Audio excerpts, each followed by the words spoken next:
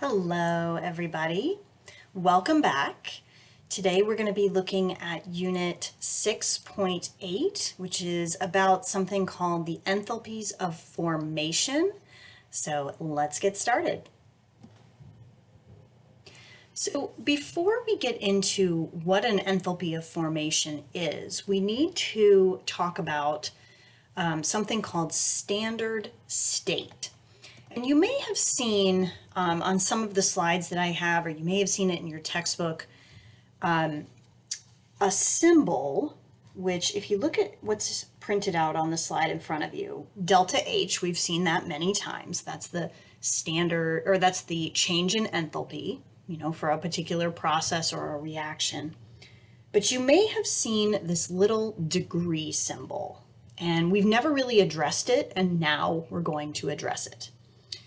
That little degree symbol does not mean degrees Celsius or Fahrenheit or anything. It indicates that the number you're reading next to that delta H was measured at what are called standard state conditions.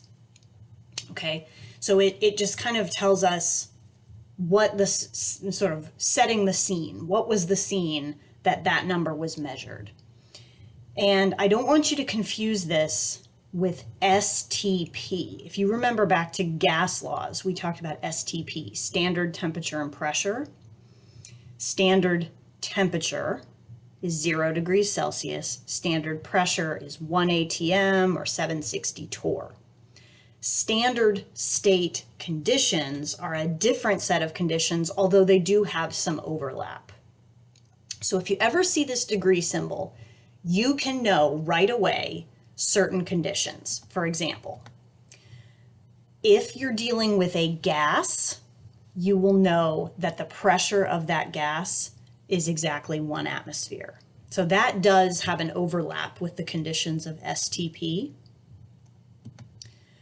If you're looking at a solution or anything aqueous, you may assume that the concentration was exactly 1 molarity, okay? If you see that little degree symbol, you can know that the temperature was 25 degrees Celsius. Now that's not just a random number, guys. 25 degrees Celsius in the scientific world is considered to be room temperature, okay? The point I'm trying to make is if you see that little degree symbol next to any kind of variable, you are to understand that all of these conditions were in that scenario. Okay, so you can assume that. So what is an enthalpy of formation? Okay, well, if you think about what the word formation means, to form something, to create something, to produce something, it's the amount of heat needed to form, produce, create 1 mole of a compound. Now, it's a little bit more specific than that. It's the amount of heat needed to form 1 mole of that compound from its elements in their standard states.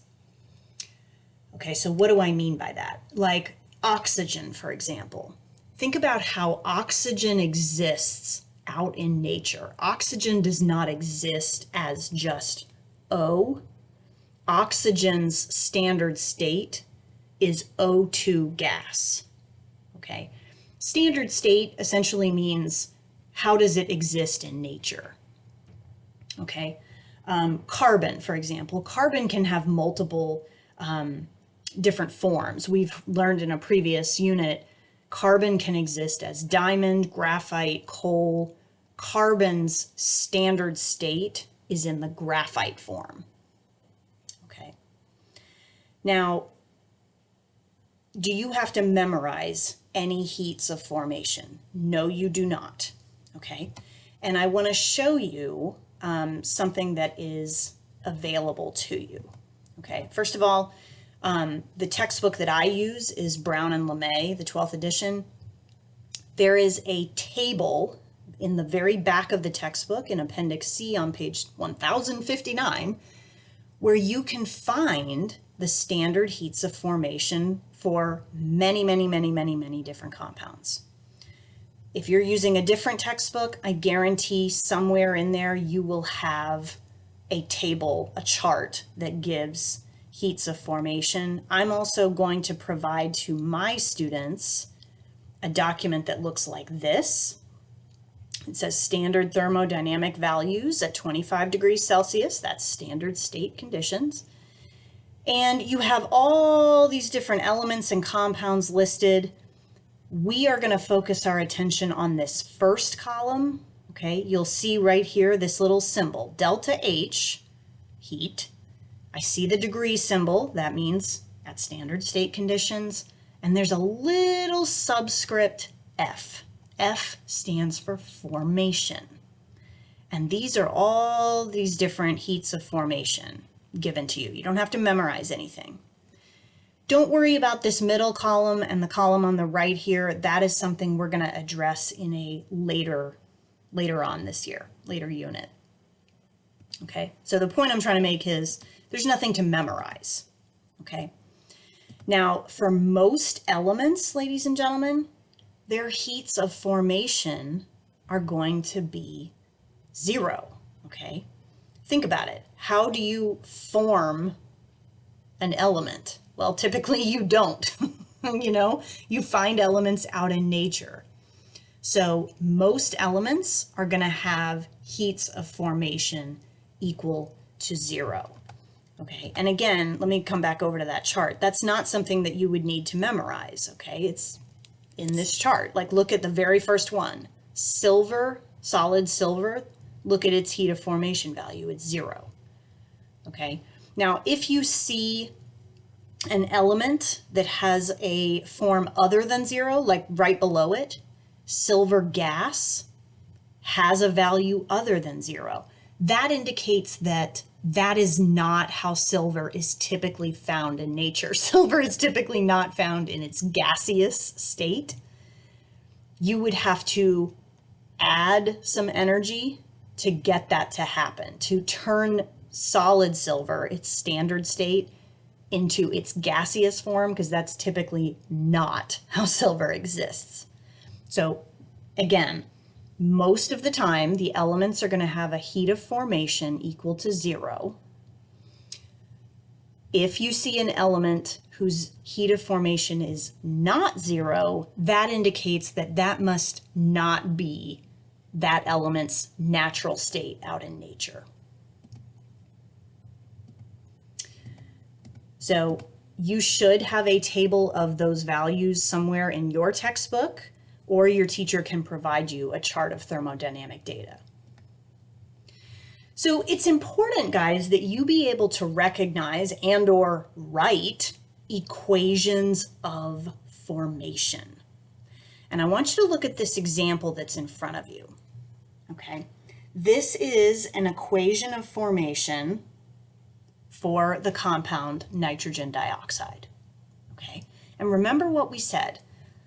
Formation, an enthalpy of formation is coming from the creation of 1 mole of that compound from the elements that make it up, but those elements in their natural state, their standard state.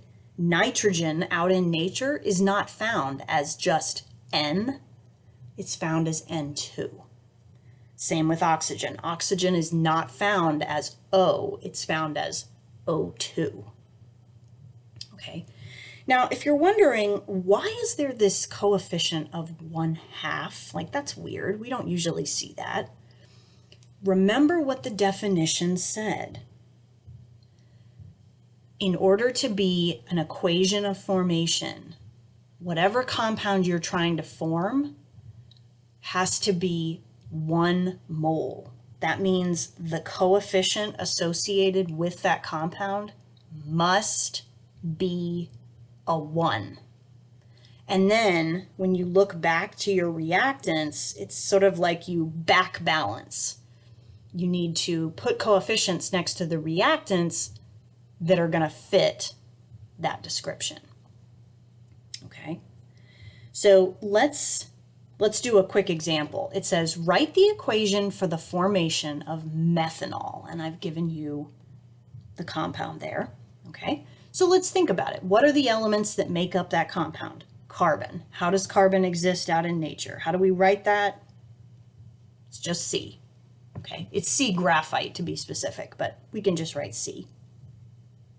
All right, hydrogen is the next element. How does hydrogen exist out in nature? It exists as H2. And oxygen is my last one, which exists as O2. All right, and then I'm going to form my compound. And I'm going to make sure that that compound, methanol, has a coefficient of 1. So let's go and back balance the reactants. I'm going to put a 2 here and a 1/2 right there. I know that looks weird, but that's what an equation of formation requires. This coefficient must be a 1. So that's an equation of formation for the compound methanol. Okay, so it's important that you be able to recognize equations of formation or be able to write them yourself. All right, now what are we going to do with all of these values? Okay, all of those values in the chart are the heat changes associated when these compounds or sometimes elements are formed. Now, what are we going to do with them? We're going to use them to calculate, and this is yet another method to find the standard enthalpy change of not just, one compound, but of an entire reaction. All right, so let's just pause for a moment, guys, and think about some of the different methods that we have learned on how to calculate delta H for a chemical reaction. Okay, we saw early on, we could be looking at what's called a reaction profile, where you see the heat of the reactants, the heat of the products, there's a big bump in the middle, and you do products minus reactants. So you could get delta H off of a graph. Okay, that's one method. In the previous unit, or previous subunit, we saw how to use bond energies, bond enthalpies, to do bonds broken minus bonds formed. That's yet another way to calculate the overall delta H of a chemical reaction. And now I'm going to give you a third method. And here is the reaction, or the equation, and it looks super complex, but ladies and gentlemen, it actually is very, very simple. Okay, first of all, you do not have to memorize this. This equation is on your equation sheet. If you look in the section on your AP equation sheet that says thermodynamics/electrochemistry, it is the third equation down in that section. So nothing to memorize here. All right, but let's break this down and make sure we've got it because it is actually very simple. All right, so let's look at this first. Delta H, change in heat for a reaction at standard state conditions. Okay, well, we've talked about this before actually. This symbol right here is the mathematical symbol for summation, the sum.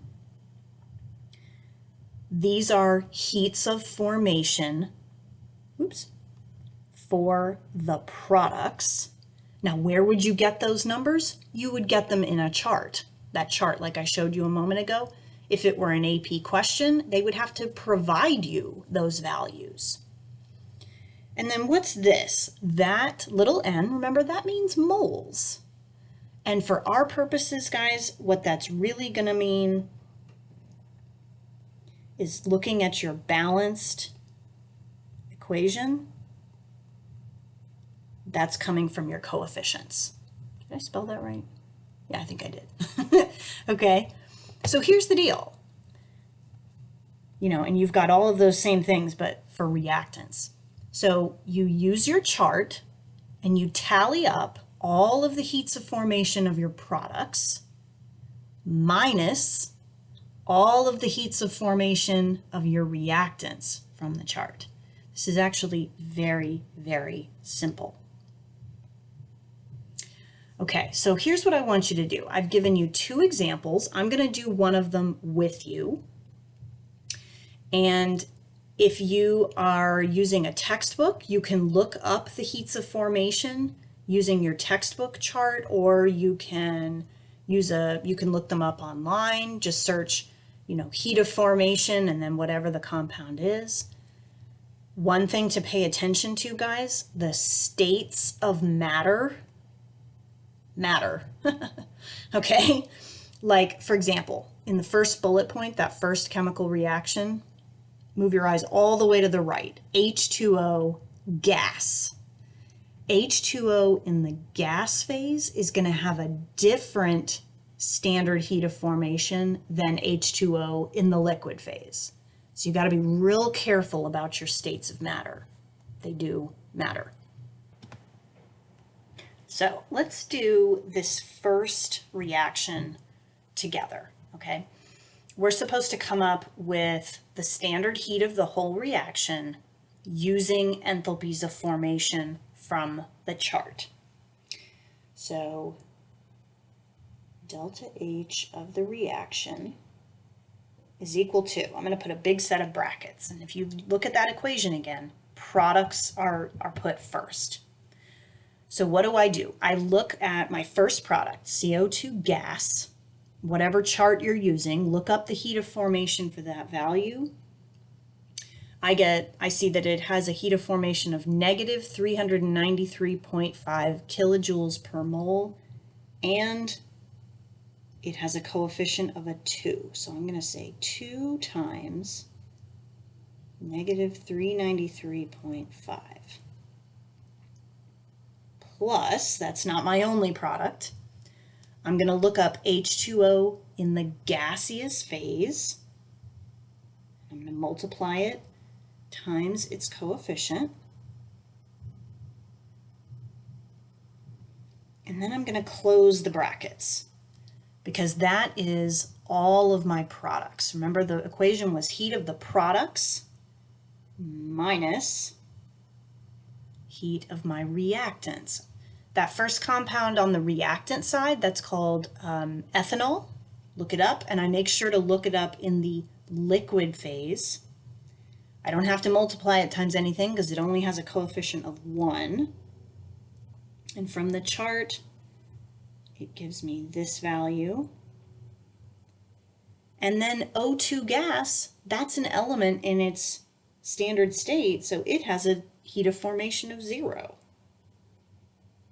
And then I just plug it all in, and this is what I get. I'm going to round my answer to 4 sig figs.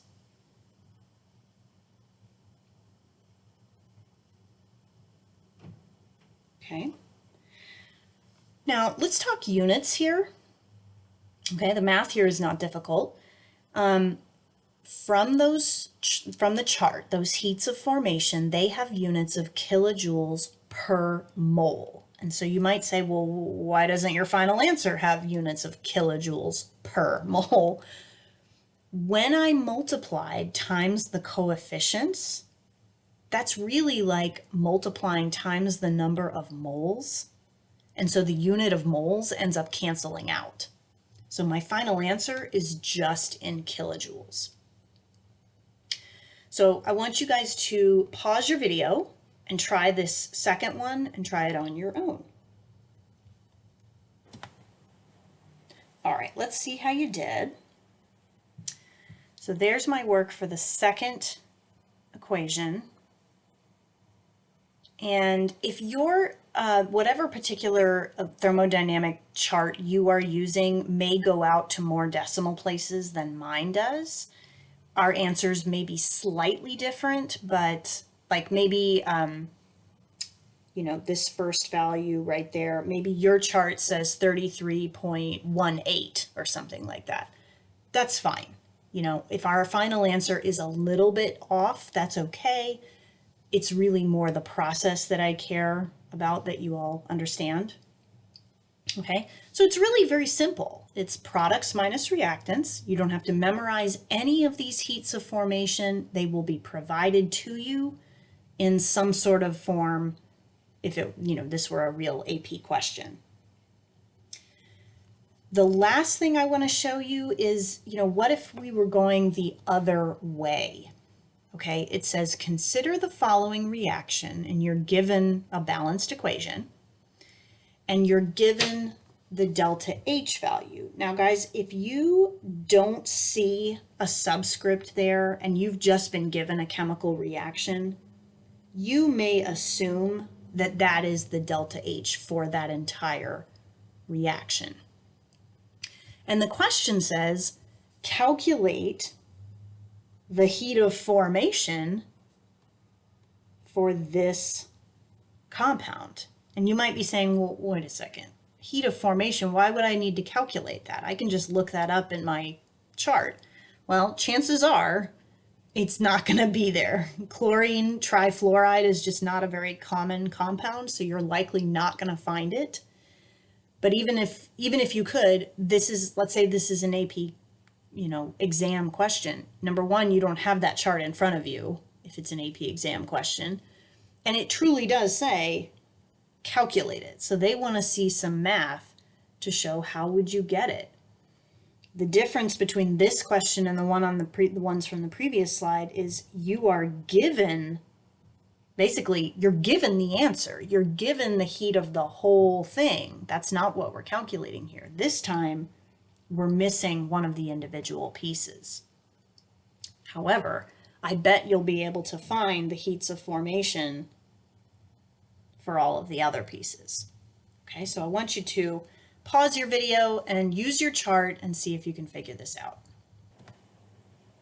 All right, let's check your answers. Now, if you'll notice, guys, there are two pure elements on the product side, N2 gas and Cl2 gas. Remember, those are going to have heats of formation of 0, so I don't even have to worry about them. The other compounds you can look up in the chart, except, of course, for chlorine trifluoride, that's our unknown, and I'm just going to call that X in my math. So here it is. All right, so here are my products. What's in this next set of brackets, those are my reactants. As I said, I called the heat of formation of chlorine trifluoride, I called it X. Please be careful, make sure that you put that 2 there because it has a coefficient of 2. The algebra gets a little bit messy with a calculation like this. So if you got an answer that is different than what I have in the box there, it's likely you made an algebra error, especially with that negative sign or that minus sign. So try it again. It's likely just an algebra issue. But sometimes on a rare occasion, you'll be asked to solve for a heat of formation rather than the heat of the whole reaction. So I just wanted to show you an example of what that might look like. So that was a lot of number crunching today, but I hope that it was clear and that you learned a little something today, and I look forward to seeing you next time.